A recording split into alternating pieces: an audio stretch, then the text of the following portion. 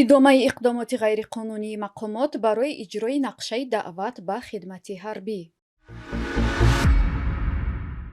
ифшои иттиҳомоти нави омилони марги Абдуқаҳҳор Розиқов. ҳавопаймои $92 миллион Эмомалӣ Раҳмон ба Душанбе расид. иттиҳодияи Аврупо барои зарардидагони заминларзаи Тоҷикистон 80 000 евро ихтисос медиҳад. барои ворид кардани фишори бештар ба волидони ҷавонони синни хидмат дар артиш дари масҷидеро дар шаҳри Исфара ба рӯи намозгузорон бастанд.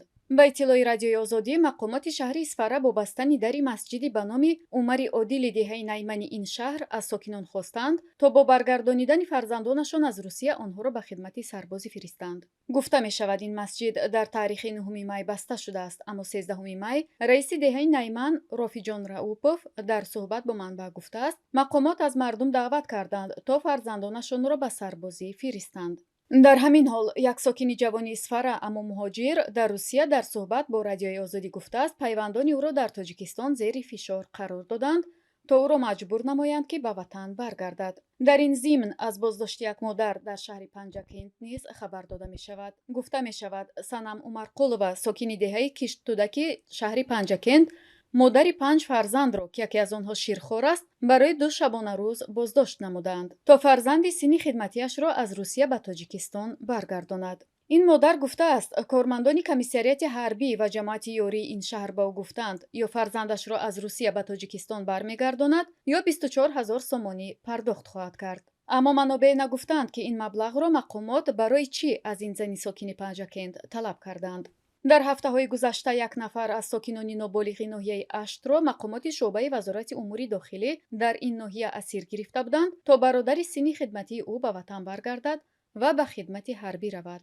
афзоиши фишор болои ҷомеаи вилояти Суғд дар ин мавсими даъвати ҷавонон ба сафи қувваҳои мусаллаҳи кишвар дар ҳолест, ки гуфта мешавад, дар саросари кишвар 76% нақшаи даъват ба хидмат дар артиш то ҳол иҷро шудааст. вилояти Суғд бо иҷрои 68% ин нақшаи даъват дар раддаи поёнии соири вилояти кишвар дар ин хусус қарор дорад. дар зимни баррасии парвандаи омилони марги Абдуқаҳҳор Розиқов, як сокини шаҳри Кӯлоб, ки дар боздоштгоҳи пулис даргузашт, аз пайдоиши ҷузъиёти тозае хабар дода мешавад. Радиои Озодӣ бо истинод ба манобеаш менависад, Зафар Холов, Шамшод Шарипов ва Ҷамшед Кароматов, 3 тан аз кормандони шуъбаи вазорати корҳои дохилии Тоҷикистон дар шаҳри Кӯлоб ба баромадан аз ҳадди ваколатҳои мансабӣ, боздошти худсарона ва шиканҷаи Абдуқаҳҳор Розиқов муттаҳам мешаванд. манобеъи хабар аз раванди қазия гуфтанд, афроди муттаҳам дар марги ин сокини шаҳри Кӯлоб боздошти худсаронаи Абдуқаҳҳор Розиқовро эътироф, аммо мавриди шиканҷа қарор додани ӯро такзиб карданд. қаблан ин кормандони шуъбаи вазорати умури дохилӣ дар шаҳри Кӯлоб ба бесалоҳиятӣ дар иҷрои вазифаашон муттаҳам мешуданд. бояд гуфт, Абдуқаҳҳор Розиқов шаби 3 январи имсол дар шароити мармузе дар боздоштгоҳи мақарри пулиси Кӯлоб даргузашт. ӯ бо гумони даст доштан дар гардиши ғайриқонунии маводи мухаддир дар минтақа аз тарафи мақомоти пулис боздошт шуда буд.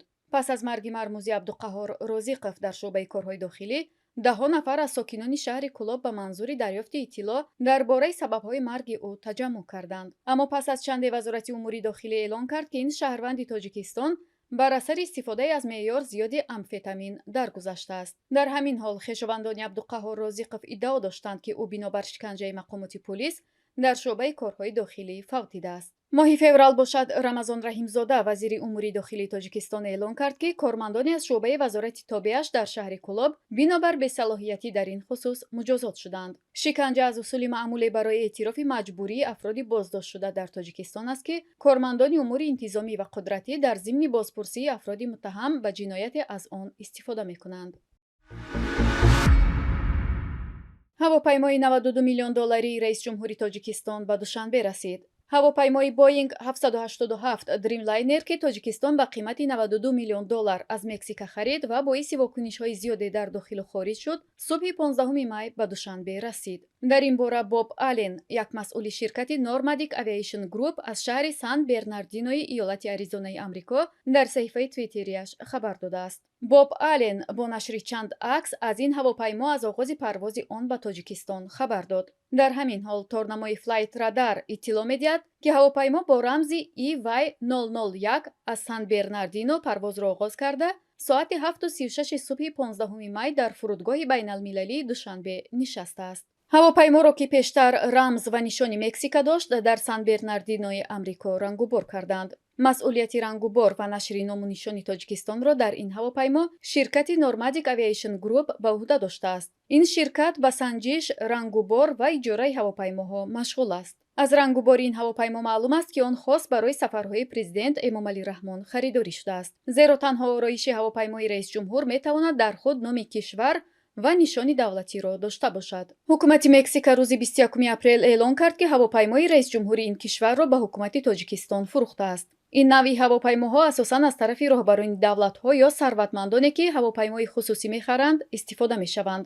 онро ҳукумати Мексика соли 2012 харидорӣ карда буд.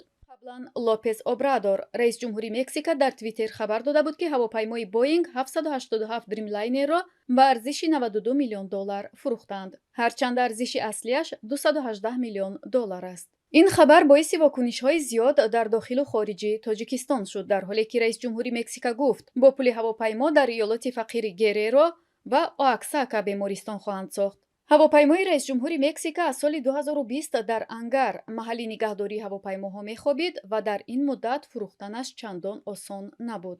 дар соли 2019 кӯшиш карда буданд онро ба ивази $130 миллион бидиҳанд, аммо харидор наёфтанд.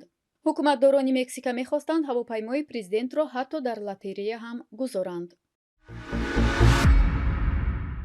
иттиҳоди Аврупо гуфтааст, барои кӯмак ба зарардидагон аз зилзила дар Тоҷикистон 80 000 евро ихтисос хоҳад дод. намояндагии иттиҳоди Аврупо дар Тоҷикистон гуфтааст, заминларзаи имсола дар Тоҷикистон хисороти зиёде ба дунбол доштааст. ба гуфтаи намояндагии иттиҳоди Аврупо дар Тоҷикистон, дар пайи ин заминларза хона ва зерсохтҳои аз рӯзгори мардум хароб шуданд. ҳамчунин тахриби канали дастрасӣ ба об дар пайи ин заминларза аз дигар сабабҳои таваҷҷӯҳи иттиҳоди Аврупо ба ин қазия гуфта мешавад, ки мардумро аз дастрасӣ ба об маҳрум кардааст. ин созмони аврупоӣ шумораи зарардидагон аз заминҷунбӣ дар Тоҷикистонро 2200 нафар ва шиддати заминларзаи 23 мартро 5.6 дараҷа гуфтааст. дар моҳи марти соли 2023 чанд мавориде аз зилзила Тоҷикистонро такон дод, ки маркази бузургтарине аз мавориди заминҷунбӣ 23 март дар ноҳияи Мастчоҳи кӯҳӣ сабт шуд, ки гуфта мешавад бинобар он сокинони ноҳияи Рашт низ зарар диданд. гуфта мешуд бинобар заминларзаи моҳи март дар Мастчоҳи кӯҳӣ 300 хона зарар дидааст ва беш аз 100 сар чорво талаф шудааст.